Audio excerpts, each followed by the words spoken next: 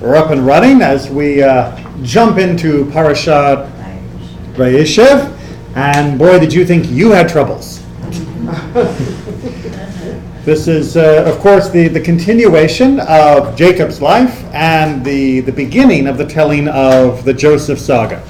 So off the top of your head, let's make sure we've got a full list here of the surahs that Jacob has gone through so far. All right. So what are some of the problems that he has had to face in his life up to this point? Come on. What's that? Brother problems. All right. So we've got some brother problems. Had to leave home. And he left home with nothing. Right. Yeah. He got more wives than he planned. So we have to deal with what's going on between them. Let's call that love life and Okay. family strife. And again, we're talking about the previous parshiot, not even this one yet. What about trouble with the in-law? Right. Good old Lavan. The neighbors. And then we had trouble with the neighbors, as an understatement, because of course that also meant that his daughter Dinah suffered a great tragedy. Right. That's not a lot of fun, is it? And now in this week's parasha, off the top of your head, for those of you that have read ahead, as you should be. Problem with his hip too. What's that? Right. Oh, Hip problem. And he had hip trouble. And I think a lot of people can sympathize with that. They didn't have walkers back then either, so he was kind of stuck. Well, and amidst all that, he's got his struggles with God. I mean, that's why he has this hip problem. And the hip problem is really just a physical manifestation of his spiritual struggles. Psychological problems from guilt he feels for Guilt, maybe. We can argue about whether he really felt guilty or not. That was one of the interpretations. It was indeed. All right, so this week's parasha, what are some of the sources that he'll be facing? Or the family as a whole might be facing? Sibling rivalry. All right, we're back to our good old friend of sibling rivalry. Who are the first siblings mentioned by name in the Torah that do not have strife? That do not. That do not. Who are the first two siblings in the that do not have strife by name? I heard someone mention it. Ephraim and Menashe, exactly. Ephraim and Menashe. And who are the children that we use as a blessing for our sons? Ephraim and Menashe. All right, that's how important peace between siblings is that if we're going to look for people to use as a blessing for our sons, the two that we choose are not from the Avot, not from the great patriarchs, but from the two that actually got along with each other. Ephraim and Menashe, or at least didn't try and kill each other, which is the equivalent of getting along as far as these stories go. So we have sibling rivalry, which is going to lead to what we know is going to be a fake death, meaning the death of his beloved Joseph. And we're going to have trouble with Judah and Tamar. Right? We're going to have lingering issues of Reuben and what he did. What about Rachel? Did she die in last week's Right, so parsha? Or is that that's one of this his week's? issues is Rachel did die in the last, actually, absolutely. That was one of the reasons why Reuben did what he did, was that it seemed that when Rachel died that the favorite status went to her maidservant rather than to Leah, which was Reuben's mom, and that kind of ticked Reuben off, as you can probably imagine. Wait a minute, my mother was second always to Rachel. Now that Rachel is gone, she should be first, not what is third, and all those issues. So we got a lot more strife coming, and of course once we get into Joseph, we know that Joseph himself is going to be attacked, sold by his brothers, challenged as a servant in Potiphar's house by Mrs. Potiphar, thrown into prison, and they're left to rot by the end of this week's parasha. So, yeah, whoever said this was going to be easy. But where did it all come from? Where does all this new service come from? I mean, we might be able to say that everything here came from the issue with Asa, and the issue of what he did with his father. That maybe we could argue that all of this strife was self-inflicted because of what he did to his father, or maybe it was inflicted because of Esau. But now, shouldn't we be free of all of this? What's creating all of the strife here? To understand that, let's take a look at the Torah itself and see what the Torah says is the cause for everything that's going to be put into motion during this week's parasha, and what we'll be dealing with for the next few weeks' parshiot in repercussions. So, we're right at the beginning of Vayeishev this week, which is chapter 37, verse 1, page 226, for those in the 8th time. Reader? Volunteer? Kathy? Now Jacob was settled in the land where his father had sojourned, the land of Canaan. This then is the line of Jacob. At 17 years of age, Joseph tended the flocks with his brothers as a helper to the sons of his father's wives, Bilhah and Zilpah. And Joseph brought bad reports of them to their father. Now Israel loved Joseph best of all his sons, for he was the child of his old age, and he made him an ornamented tunic. And when his brothers saw that their father loved him more than any of his brothers, they hated him so that they could not speak a friendly word to him. Okay, let's start working here. In our analysis of the parasha, what's causing the trouble? Okay, so one thing we can have as being favoritism, which would then mean that the favoritism is caused by Jacob. Right? It's Jacob's fault, according to that surface reading, that there is favoritism. If Jacob hadn't favored Joseph, we wouldn't have had the problem. Is that the surface reading? Well, but Joseph adds too. Okay. He's a tablet. Okay, and then we have the so-called bad reports, which we can attribute to Joseph. Joseph's tattling on his brothers. Joseph is coming and snitching on them. Joseph is saying that they're up to something. And that kind of thing doesn't exactly make friends and influence people. Again, we're going to see whether or not that's a surface level or a deeper issue. But at least for the immediate first level of reading, these seem to be the cause of problems. We have Jacob playing favorites, despite what happened when he was growing up and should have known better, and we have Joseph behaving like not exactly in a brotherly manner towards his brothers. Make sense so far? And how come it says Joseph is a helper only to the sons of Zilpah and Bilhah and not of Leah? Well, it's an interesting question, and one that has sparked a lot of different commentaries. One that is often brought out is that he was a helper to Bilhah and Zilpah as a punishment by the sons of Leah. That the sons of Leah did not like what Joseph was doing and how Joseph was being treated, so they made him lower than even the sons of the concubines, which overall is showing us that what is the underlying stress fractures of this family is who was born to which woman.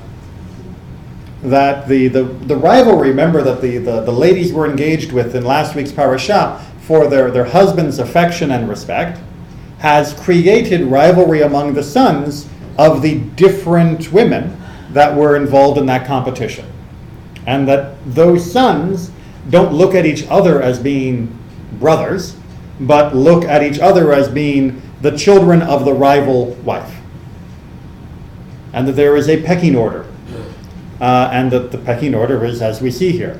And that therefore for being a na'ar to those other Bilhah and Zilpah, that word na'ar is actually being used here more as a servant to them. Na'ar can literally mean a lad, and the way it can often be translated, which would erase the issue that you see here, would be that he was growing up with. He was a lad with the children of Bilhah and Zilpah, which means he was closer in age to them than he was to Leah's children, which were born primarily earlier. in the cycle. And so he would have had more distance between him and his older brother, Leah, his older half-brothers, and that he would have been closer in age to them. So that's one way to answer it. He was similar in age, Na'ar being child, and the other way to read it is Na'ar being servant, meaning that as punishment for his behavior and the favoritism of their father, they would put him down and say, you go act like a slave to the lowest of us, out of father's sight, of course, which then might explain why he was bringing bad reports. If that's the way they treat him when dad's not around, then when he gets back to dad, he's going to share all the bad that they do. According to the reading here, there's a lot of confusion about whether they're concubines or wives or maidservants. Right. Absolutely. And what we just read says that they're wives. But when did they get elevated to become wives? Well, the problem is that the word for wife is the word for woman. When I would refer to my wife in Hebrew, I would say ishti, which literally means my woman. You know, she's my woman. What's that? It's pretty strong. In English, yes, but in Hebrew, it's just the default terms. It doesn't have any negative connotation or judgment value or what have you that it would do in English. You know, in England, it sounds like you're Tarzan. You know, me Tarzan, this my woman. You know, it sounds rough and gruff and very very derogatory in terms of the status. So we may not read too much into this, the fact that they're being referred to as wives, because really it just says the women of their father, which could mean wives. It certainly is the word that would mean wife, but it could just simply mean the ladies. And that means it's, as you say, it's confused rather than clear. The sons were certainly meant to be attributed not to them, but were meant to be attributed to Leah and Rachel respectively. The whole point being that these women were having children in order to supplement the count of children being born to Leah and Rachel. Right? We remember that the whole idea of that these are surrogate mothers in a sense, and surrogacy that we no longer practice, but it's certainly practiced then. So the confusion is meant to reinforce this feeling of rivalry among all of the brothers. But the one thing that all the brothers can agree on, they don't like Joseph. So as much as there may be a pecking order and rivalry among the brothers, in this, there is unanimity that they don't like him, that they don't like the son, and later on, sons of Jacob. The sons of Rachel. Right? We have that today. Rivalry? Or? Among the Arab nations, they all fight against each other, but they have a common enemy. Well, they have a common foe. I wouldn't I wouldn't like to call Israel the enemy of the Arabs. It's the enemy they have chosen to make of her. But yes, they have a common opponent that they hate, unfortunately. And God willing, in the fullness of time, that animosity will disappear. Are we told at all whether Jacob is at all aware of the rivalry? Let's keep reading. Okay. Once Joseph had a dream, which he told to his brothers, and they hated him even more. He said to them, "Hear this dream which I have dreamed. There we were binding sheaves in the field, when suddenly my sheaves stood up and remained upright.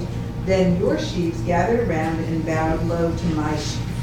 His brothers answered, "Do you mean to reign over us? Do you mean to rule over us?" And they hated him even more for his talk about his dreams. All right. Way to go, Joseph. Now, we can blame the dreams on Joseph because he seems to be lording it over them in the retelling. On the other hand, if we were being perfectly honest, couldn't we blame the animosity on God? After all, God gave Joseph the dream. Did God tell Joseph to tell his brothers? Well, no. No, there wasn't actually any declaration that Joseph should go and tell everyone, "Hey, guess what I dreamed last night? And in fact, as we continue in the second dream story, we'll see some harsher realities here and maybe get to Marion's question about what his dad knew. He dreamed another dream and told it to his brothers, saying, "Look, I have had another dream. And this time the sun, the moon, and 11 stars were bowing down to me." And when he told it to his father and brothers, his father berated him. "What," he said to him, "is this dream you have dreamed? Are we to come, I and your mother and your brothers, and bow low to you to the ground?" So his brothers were wrought up at him, and his father kept the matter in mind. Okay, so the issue, of course, being the sun and the moon is the sun would be the father, the moon would be his mother, who is already dead at this point in the narrative, and the 11 stars are the brothers, all of them, including his brother Benjamin from the same mom, which you would normally expect to be on a more equal footing of Joseph. No, he's bowing down to in the stars, as one of the stars. And the brothers then are wrought up. Not a big fan of that particular translation. If you look at verse 11 in the Hebrew, does anyone with better eyesight? There we are. Now it's in focus. Vaikan uvo. What's the root of that word? Anyone recognize it from other famous statements? It's actually an adjective, a description that's often used for God from the same root.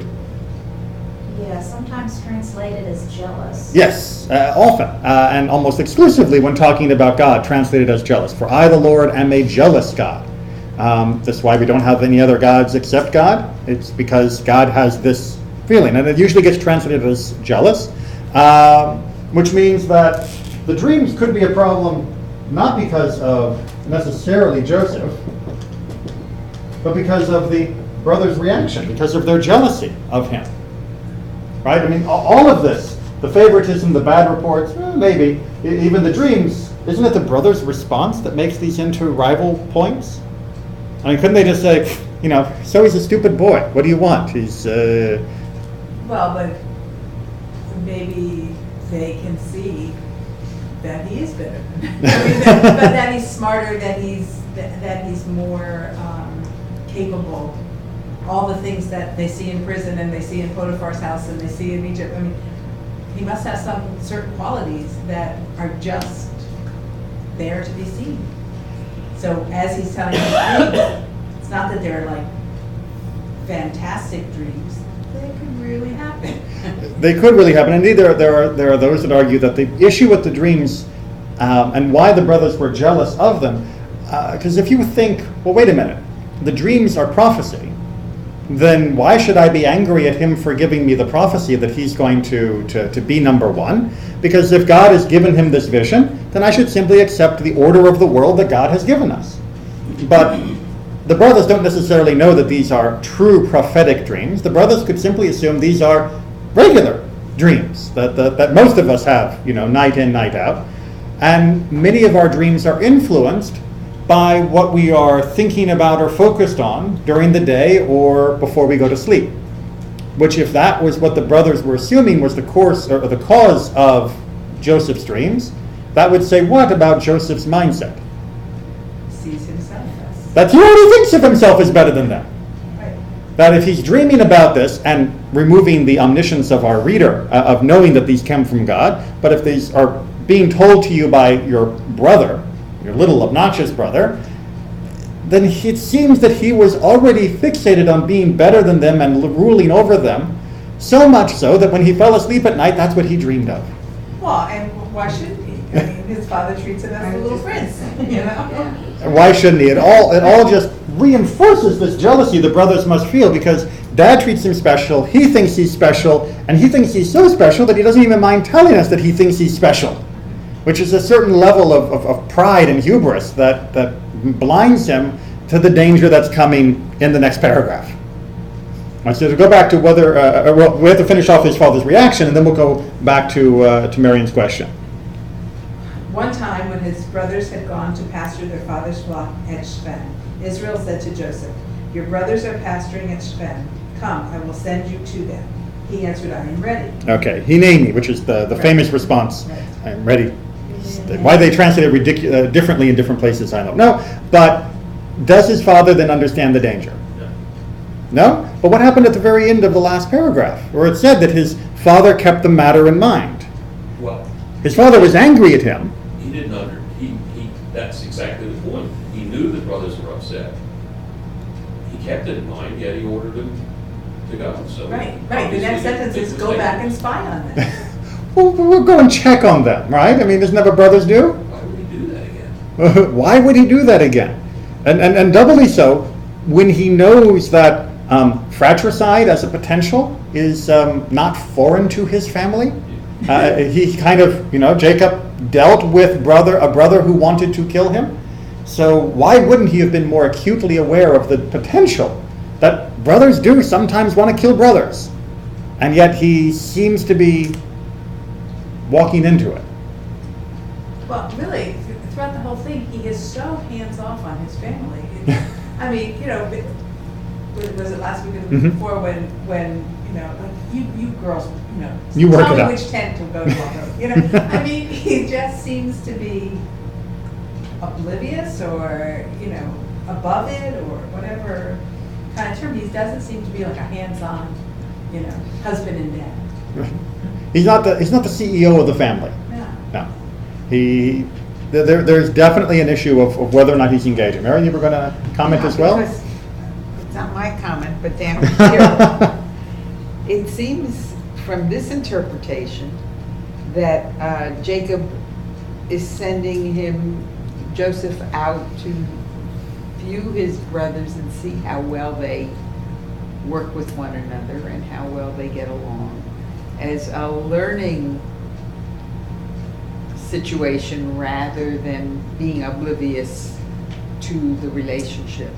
I mean, sending Joseph out to see the brothers does not have to be a spy. It could be, look, all your brothers are out doing the pasturing and such.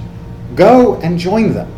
Be part of them. Don't be apart from them. I mean, he may be oblivious to his own role in exacerbating the situation, but he may also feel that his public rebuke of Joseph in the previous paragraph about the dreams would have put the brothers at ease. Right? I mean, he just said, do you think that we're all, your mother, and your brothers are going to serve you? I mean, that seems to be Jacob saying in front of the brothers, no, that dream doesn't fly with me. That dream doesn't make sense. And that should alleviate some of the tension, shouldn't it? It should, but it doesn't. If the only problem was the dreams. Right?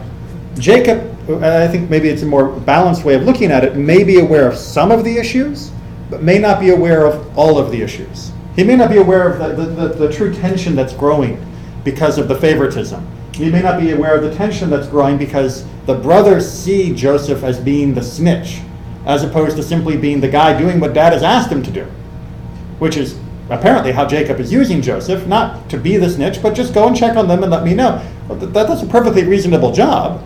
It's just if you're always bringing back bad reports of bad behavior, the person who committed the bad behavior doesn't respect you for it, even if you weren't the one who chose to do it, even if you didn't pick that as your job or your hobby. Right? We tend to call a tattletale or a snitch someone who chooses to do that, but if dad asked you to go see how they're doing, well, what are you supposed to do? Come back and lie to your father? Would we have praised Joseph for that? So Jacob may be aware of one of the issues, this dream issue, and not aware of the others, or at least to the extent that it's going to cause the hatred between them. And remember, the dreams come at the end of the list of the problems. Right? The list gives us the favoritism and the bad reports first as the issues between Jacob. They didn't hate him because of the dreams. They hated him more because of the dreams.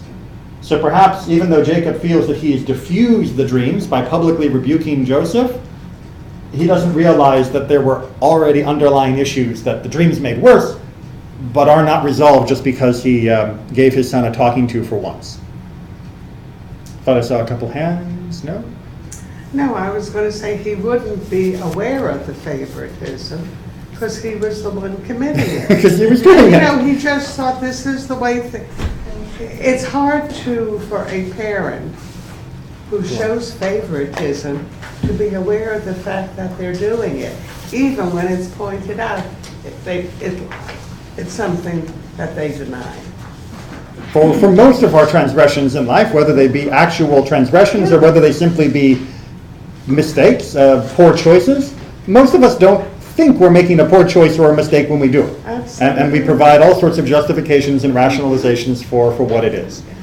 So let's see who we can really put on the hook. Whose fault is this? My middle child, when she figured out that she couldn't wish to be an only child, her thing was, I'll just be the Joseph of the family. So she used to say that all the time. And how long before she was thrown in a pit? Well, she was the first one to move across the ocean. Ah. Oh, that's Aliyah, not Yerida. So not going down into a pit. Well, she went up. That's a much better choice than going down to a pit. All right, so let's take a look at some of the way our classic commentators have tried to answer the question of whose fault is it that all these things are happening, and see also some of the rebuttals to some of these issues. So who would like to read a little bit of the commentaries? Mary, you're volunteering. When Jacob sought to dwell in tranquility, the troubles of Joseph sprang upon him. So the tradition is not oblivious to the irony that after having gone through 2 parshiot of trouble and strife, and finally seeming to have resolved things, and settling, the whole word Vayeishev, that he's settled, now it gets worse. So they want to ask why. The righteous seek to dwell in tranquility. Said the Holy One, blessed be He.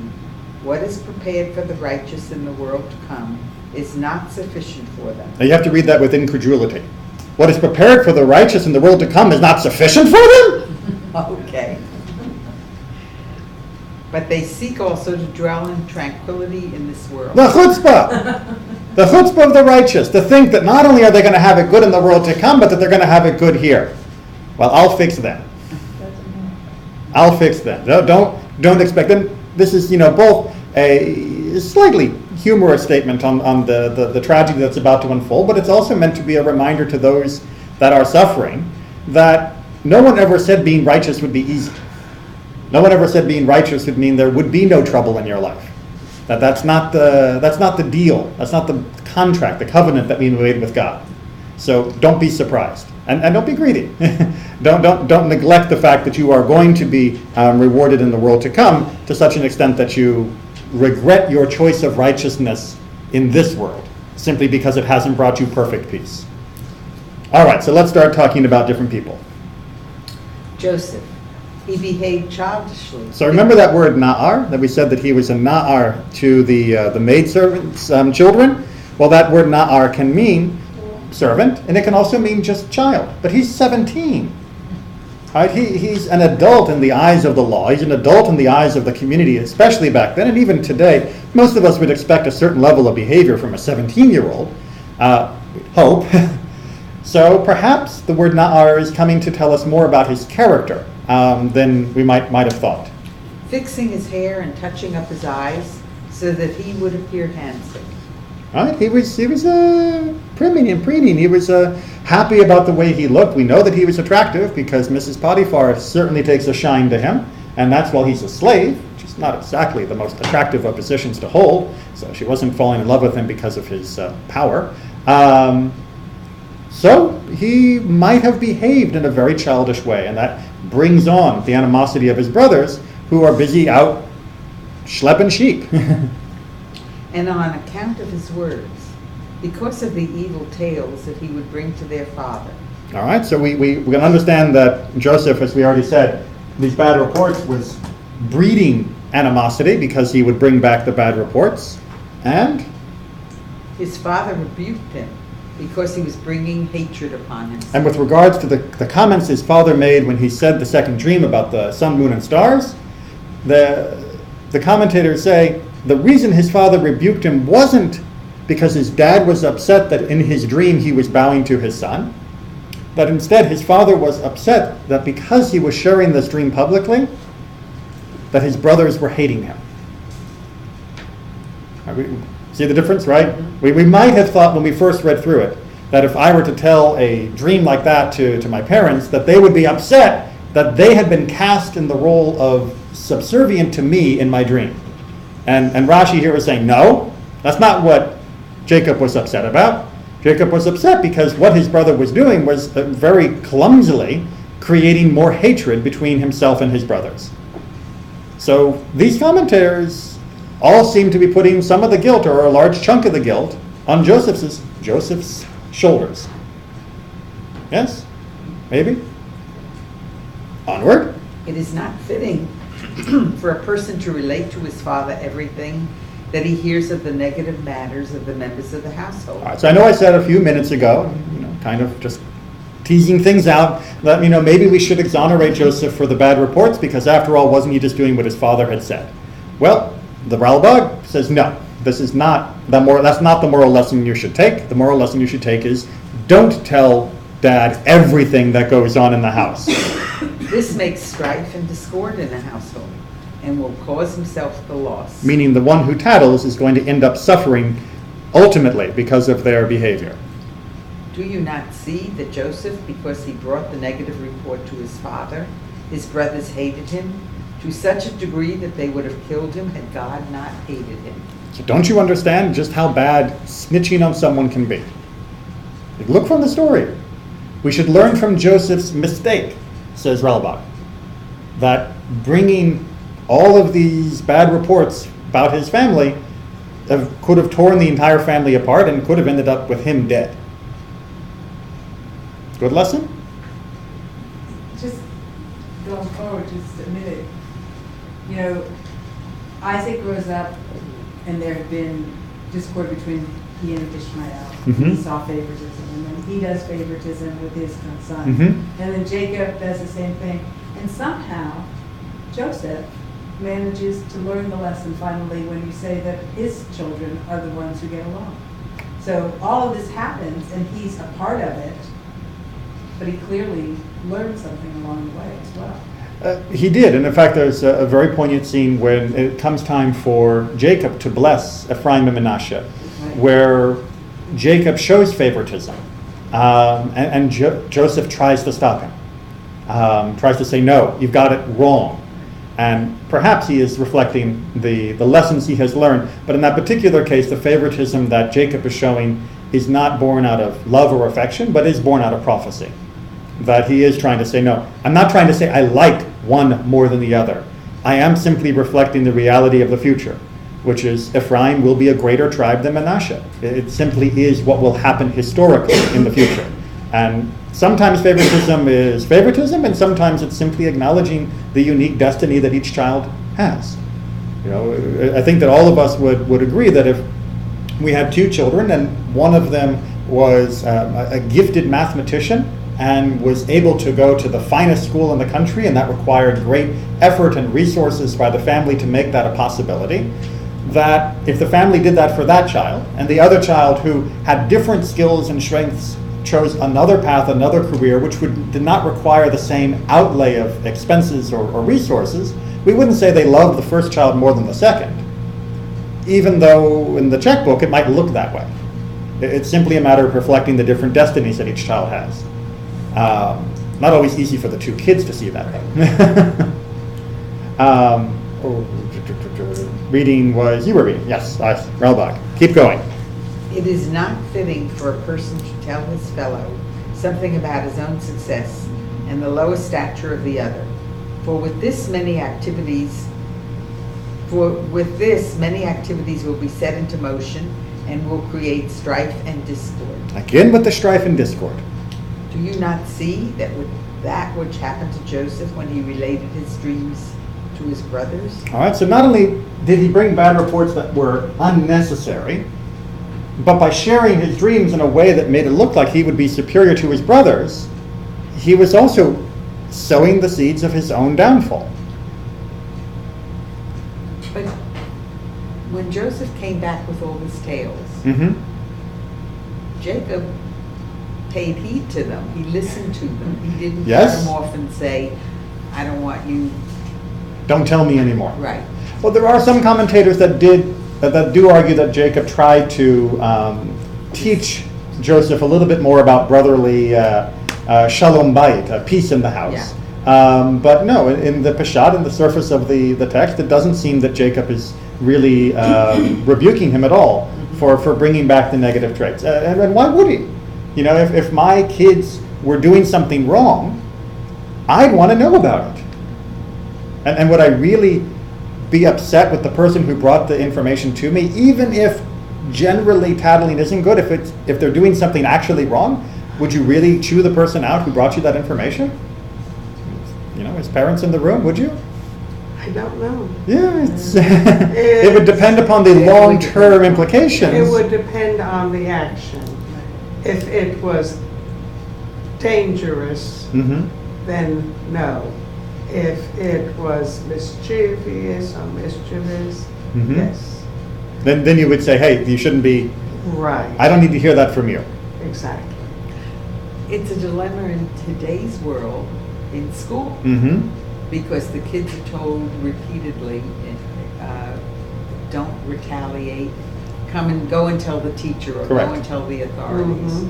And then that child gets punished by all the other children. By the peers for being a Right. tattletale. Right. Absolutely, yeah.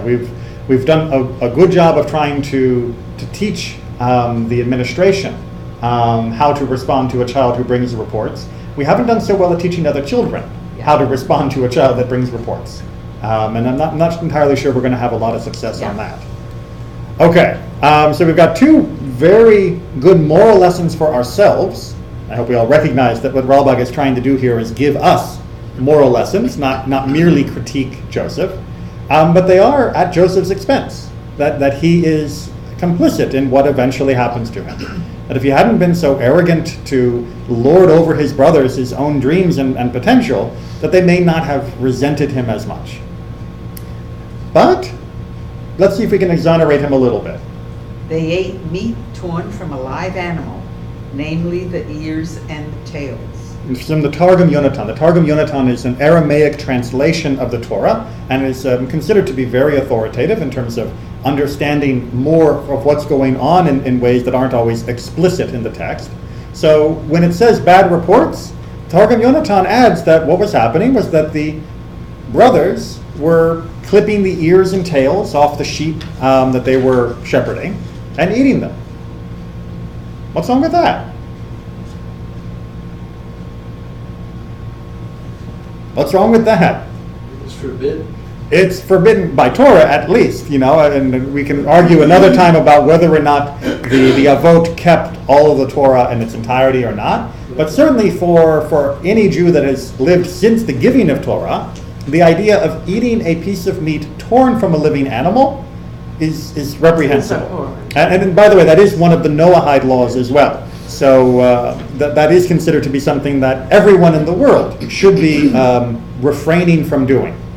That if someone says, oh, but you know, it doesn't matter, I'm from insert random culture not Jewish here, therefore I can, you know, tear a wing off a chicken and have lunch, even while the chicken's still alive, we say, well, actually no, Judaism does say that's not allowed. So if the brothers were cutting off bits of an animal and eating it while the animal was still alive, they are violating one of the basic principles of how we interact with our world. So wouldn't that be the kind of thing to share? But there was a misunderstanding. I have heard that the shepherds in the land of Ishmael had the practice of cutting... Meaning the Middle East. Had the practice of cutting the ear and tail of an animal when it was sick, so that it would return to its healthy state. And so they did, for the purpose of healing. And Joseph did not know anything of this healing and thought they were eating it. All right, so Joseph is out watching his brothers who are in the field. And remember, he's at home in his fine coat. And when he goes out, he doesn't know a lot about sheep, because he hasn't been doing it that much. And he sees them cutting the tails or ears of the animals. And he thinks, well, why would they be doing that? They must be eating, right? And this would be, by the way, a very clever way, if you were shepherding someone else's sheep, of being able to eat bits of the sheep without actually killing the animal that you would then have to replace. Now, if you cut off the tail, sheep's not going to die, most likely. So therefore, you don't get penalized for having lost a sheep. And you can have a nice sheep tail soup, or whatever you do with sheep tails. I don't have a recipe book. Is that in the Sisterhood recipe book? I don't think so. Maybe not. Back end of the animal. What's that? It's part of the back end of the animal. Yeah. It would be kosher by Ashkenazi rules. The tail, no problem. There's no sciatic nerve tissue in the tail. So he saw them cutting it, and he didn't know that this was an animal husbandry practice, not And a. it still is cutting the tails off Yes, it sheep. is. Is it still? Yes. Let's see. We raise sheep, and that's one of the first things you do is you take the tail off, because That's it infected. collects dirt. And other things, and Yeah, and then it can become infected.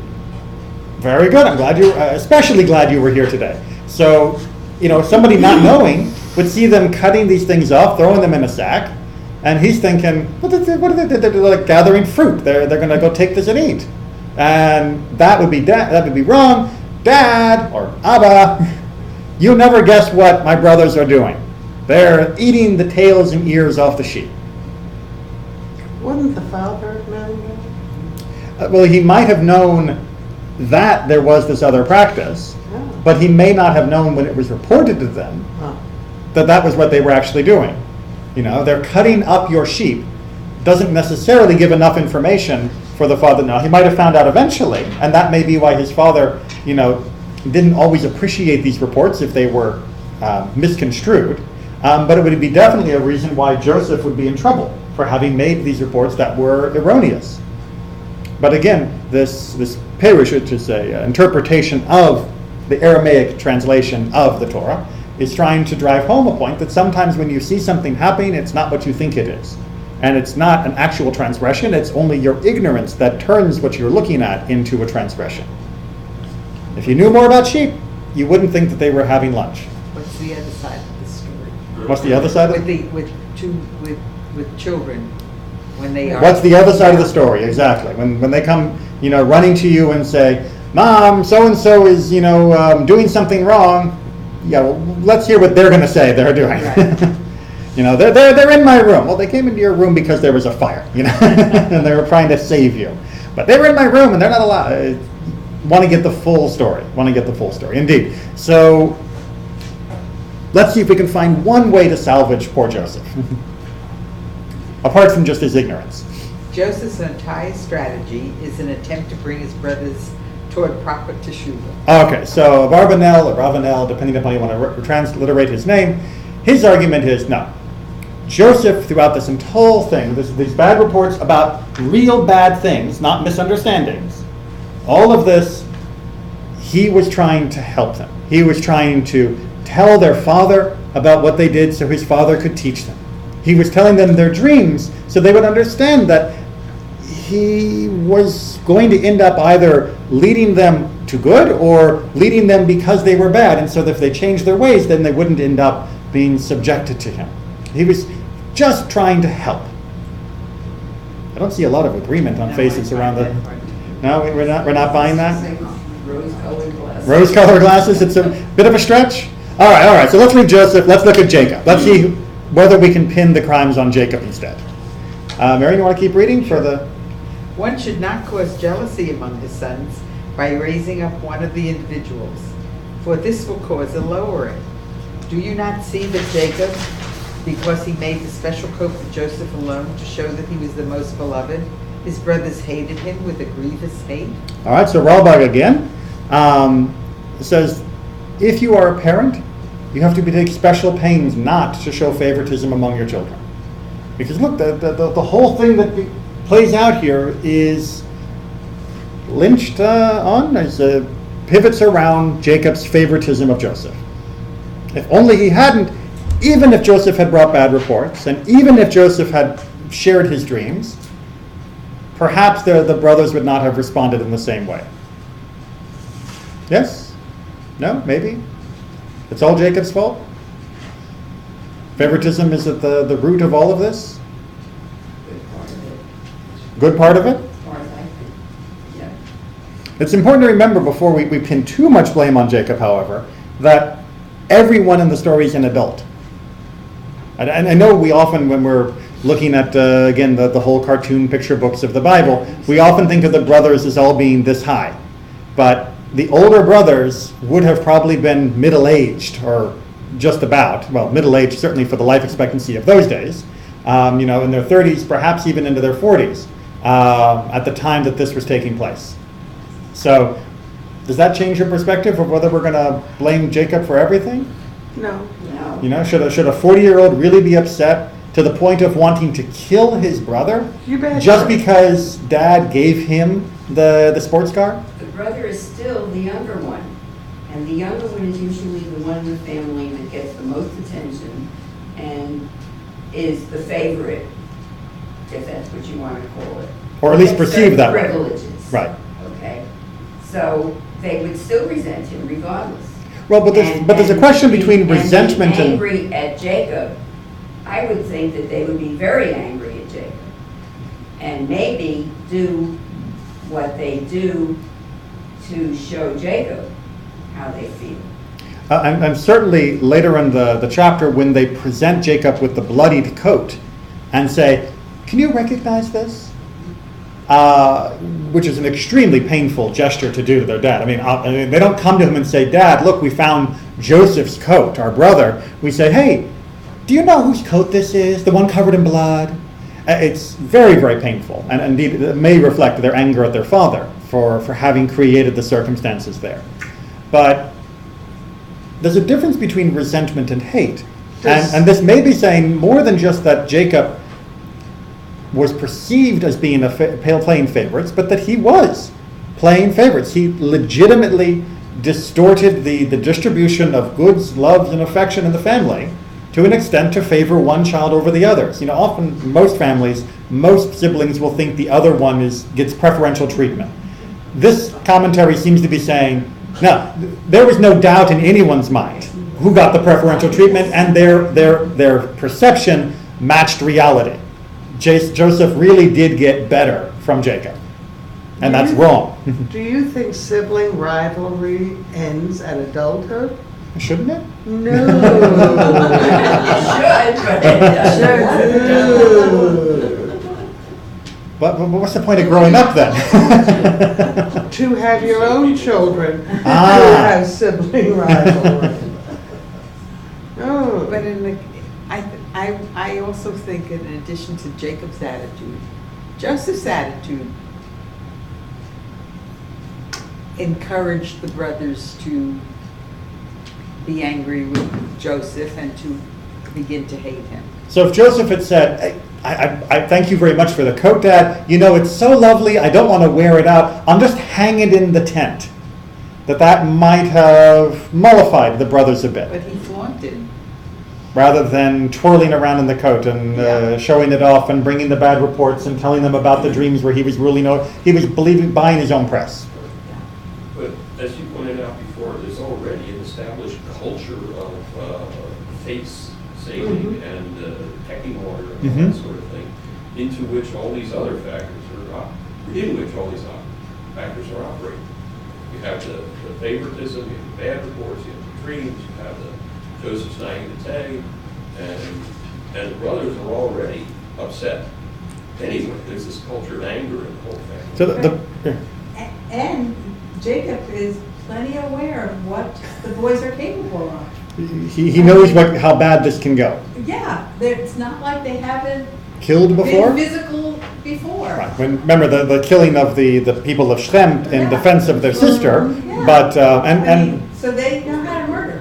they know how to murder. Well, that wasn't all of them, but they definitely. Certainly some enemies. Yes, exactly. Certainly there is that tendency within the family, and it's the swords have already been. I've already touched blood, so there is that issue. But let's talk a little bit quickly about that pecking order, because who should have been receiving their father's favoritism?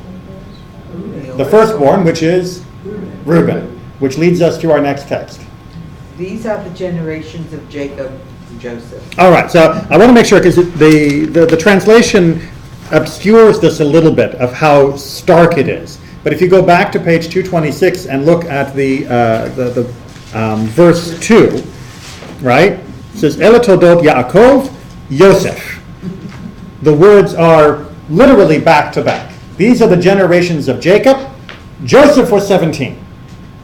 Now, the translation here does at 17 years of age, Joseph, which distances the word Joseph from the word Jacob, so the starkness of their juxtaposition is lost, which is a shame, because you could have written that that English sentence differently and saved it. But this obviously is going to bring up for the Midrash the question of, It should have said Reuben. right, if you're going to give a list of the generations of Jacob, you should start at the top.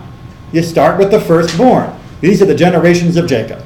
Reuben, and then just go down the line, right? And Simeon and Levi and Yehuda and all of those guys. And then way down near the bottom, you should be getting to Joseph and Benjamin. And then you could pick up the story again about what happens to Joseph. So why is Joseph put up here at the top? Why is Joseph generally given this favorite status? Well, the Midrash is going to say it's more than just he was the favorite son of the favorite wife. Why does it say Joseph? Because what happened to this one happened to the other. So that this one is Jacob and the other is Joseph, meaning that they led parallel lives. This one was born circumcised, and that one was born circumcised. You have to take the Midrash's word for it. Okay. This one's mother was barren, and so was the others. Both their mothers bore 2 children. Both were firstborn. In quotes, because both of them, Jacob was firstborn by selling or buying that right, and of course Joseph was firstborn just to his mother. He wasn't firstborn of all of the children. That's a real stretch. Well, but given the fact that both of them are uniquely firstborn and were being treated in that way, it is an appropriate labeling for the feeling that might be between them, even if it wasn't a legal definition that the rest of the world would respect, which is probably why there might have been some strife around it. Mm-hmm. Both mothers had difficulty in carrying or birthing children. Both had brothers who hated them. Both had brothers who wanted to kill them. And so on, marrying outside Israel, blessed with wealth, encountered angels, grew according to dreams, die in Egypt, and more. All right, so there's an even longer list, which I had to shorten for the space of the page, of all of the parallels between the lives of Jacob and Joseph. So maybe we understand a little bit more why Jacob responded to this, the nefesh, the spirit of Joseph, and gave him more. He saw in Joseph himself. And indeed, history is going to bear out that Joseph is going to lead a very similar type of life to what Jacob had. So can we blame him? Well, yeah, we still can. Right? Just because Joseph reminded him of himself does not necessarily mean that he should treat him with such favoritism as to create animosity. Right? Sometimes what we dislike in a child is closest to the way we ourselves. Absolutely, and vice versa. Sometimes the things that we praise or like in a child are things that we either see in ourselves or value and would like to see in ourselves. The living vicariously through a child type of attitude. It may have been that Jacob didn't even notice the parallels, wasn't aware of how he was responding to this spirit that was so similar to his. But nevertheless, the implications and the ramifications are severe. All right, let's put the brothers on the hook, put them in the spotlight. Still up for it, Marion? Blessing stolen from Isaac to Jacob.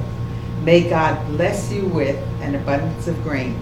Be master over your brothers, and let your mother's sons bow down to you. All right, so if you remember way back when Jacob was dressed up for Halloween like Esau, the blessing that Isaac gave Jacob includes these words. You see? A few parallels here? Oh.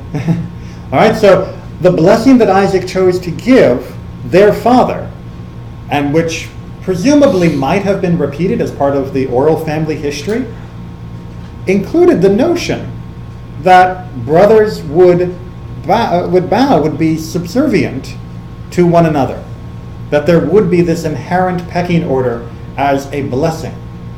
So the notion that the brothers might have had in the back of their mind the potential for someone to usurp the line of succession, to leapfrog where they were born, to get more than they deserved, to dress up in the wrong clothes, as it were, and to steal the blessing that was rightfully theirs, would have weighed heavily on their minds.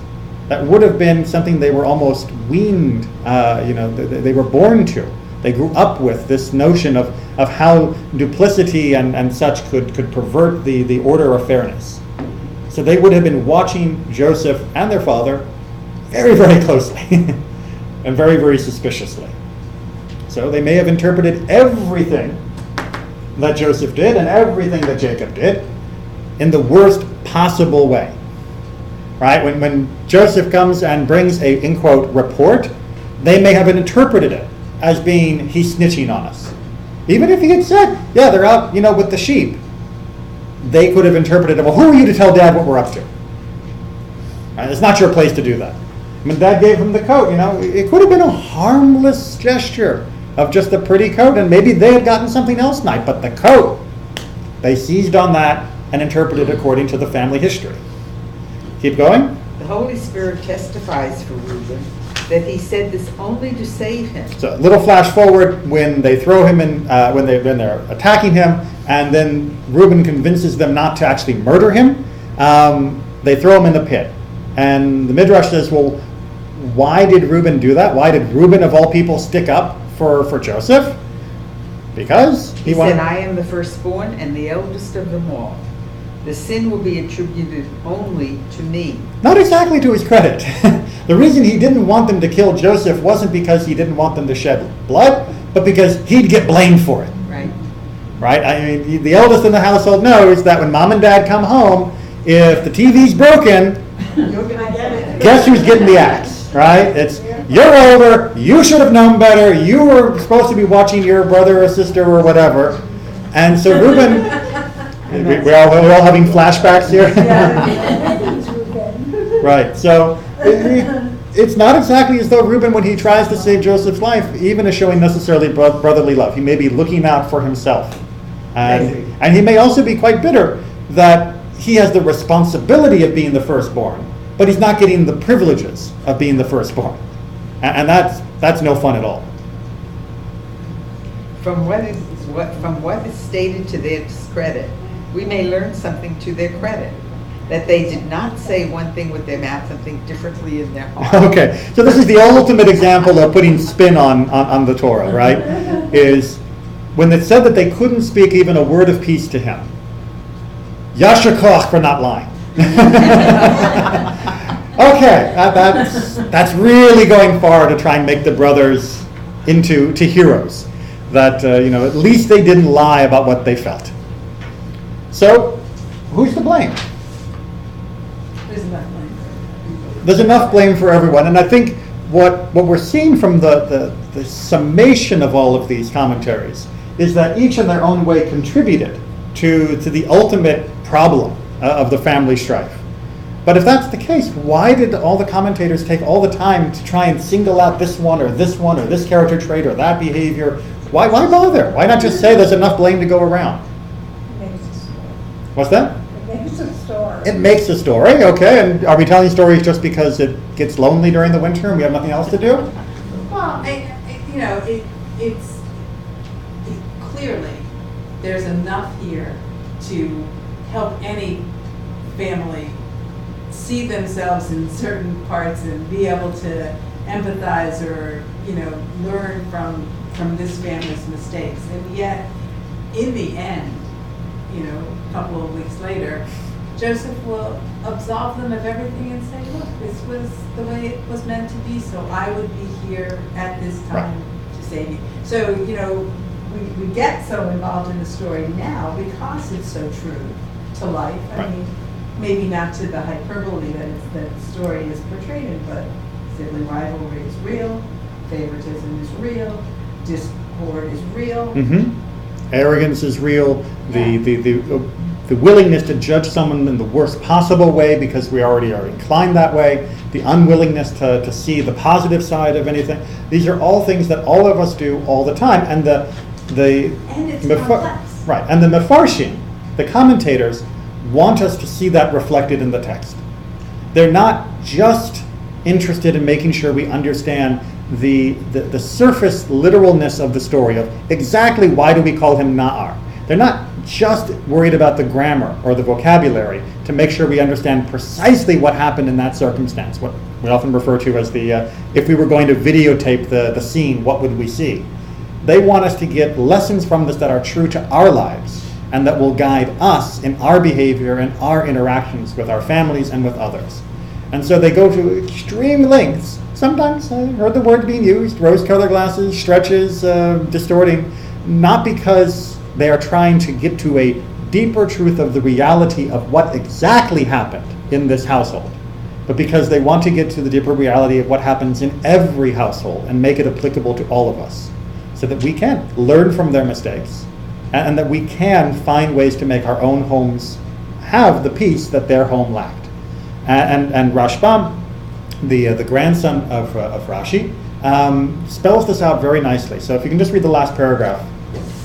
Those who love pure reason should always remember that the sages have said a biblical passage must not be deprived of its plain meaning. All right, so Rashbam is a big fan of Peshat, of the plain meaning. Again, that's different than literal. It's the plain meaning. It's the simplest, clearest explanation of what happens in the text by itself, not for any other purpose of moralizing or lessons.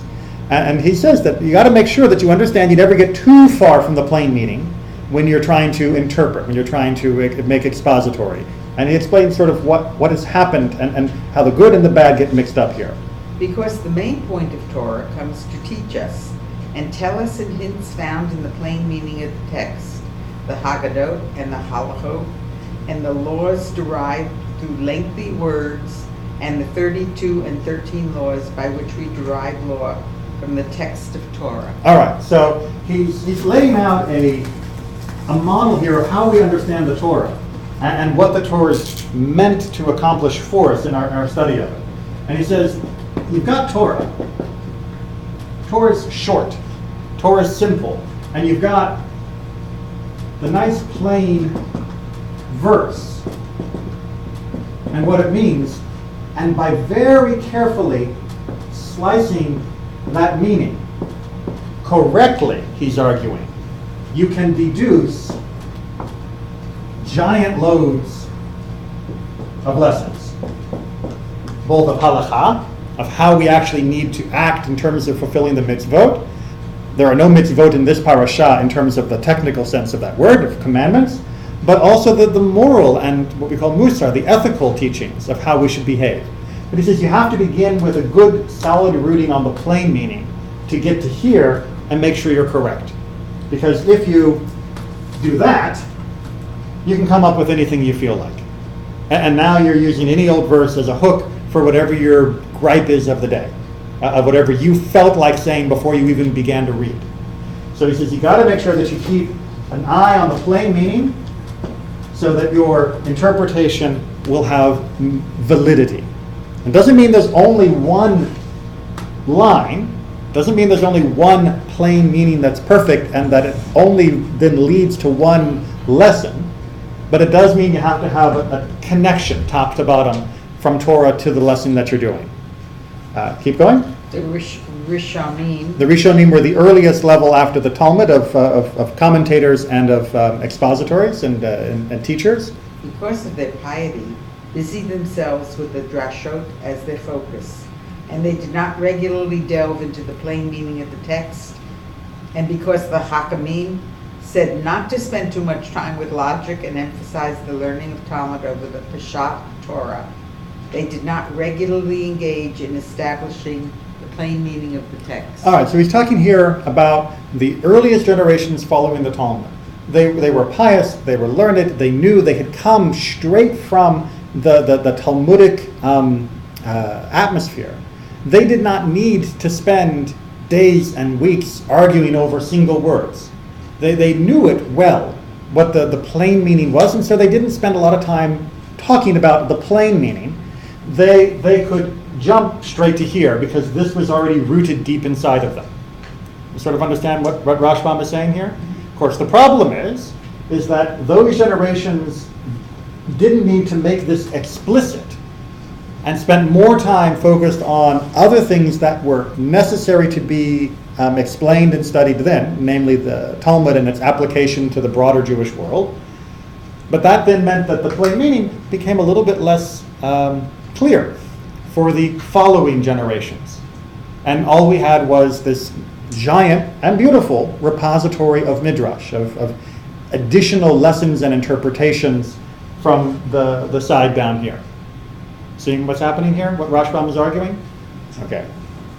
Even Rashi, my grandfather Shlomo, set his heart to explain the plain meaning of the text, and I had an argument with him on that account, in which he admitted that he would make new commentaries according to the plain meaning. All right, now Rashi never actually went back and did what Rashbam wanted. Rashbam himself spent most of his career doing what he wanted, which was to write a commentary on the Torah that was aimed at getting this as clear as possible, the plain meaning. Rashi said that he was trying to go with Peshat, that he was trying to go with the plain meaning of the text, but he ends up very heavily bringing also a lot of the drash, a lot of the other lessons and moral teachings. But Rashi was already breaking with what had gone before by writing commentaries on the Torah at all. Until around the time of Rashi, you did not get many Torah sages spending time writing commentaries on the Torah. They wrote commentaries on the Talmud. They wrote commentaries on Halakha, but on the Torah itself, they didn't spend a lot of time writing about this. They would teach the Midrash, they would teach the lessons, and the chain between the two was becoming fuzzy. And it was in Rashi's generation and then the centuries afterwards that we reestablished a tighter connection between the plain meanings of the Torah and the drash that we had inherited, and created new lessons as well, for which we should be eternally thankful, and for which we are continuing that process. The fact that we are spending all of these Wednesday classes studying Torah rather than studying Talmud is thanks to people like Rashi and Rashbam, who said, no, we need to make sure we go back to the original text continually and refresh these bridges over and over again, so we understand where they truly are, and we get both sides. You can't live with just the plain meanings, because that's not what God wanted us to do. God wants us to get more out of it, but if you're just getting the stuff out of it and you don't know where the fruit came from, then you're also in danger of going off into la la land. Okay? That's why we'll keep at it.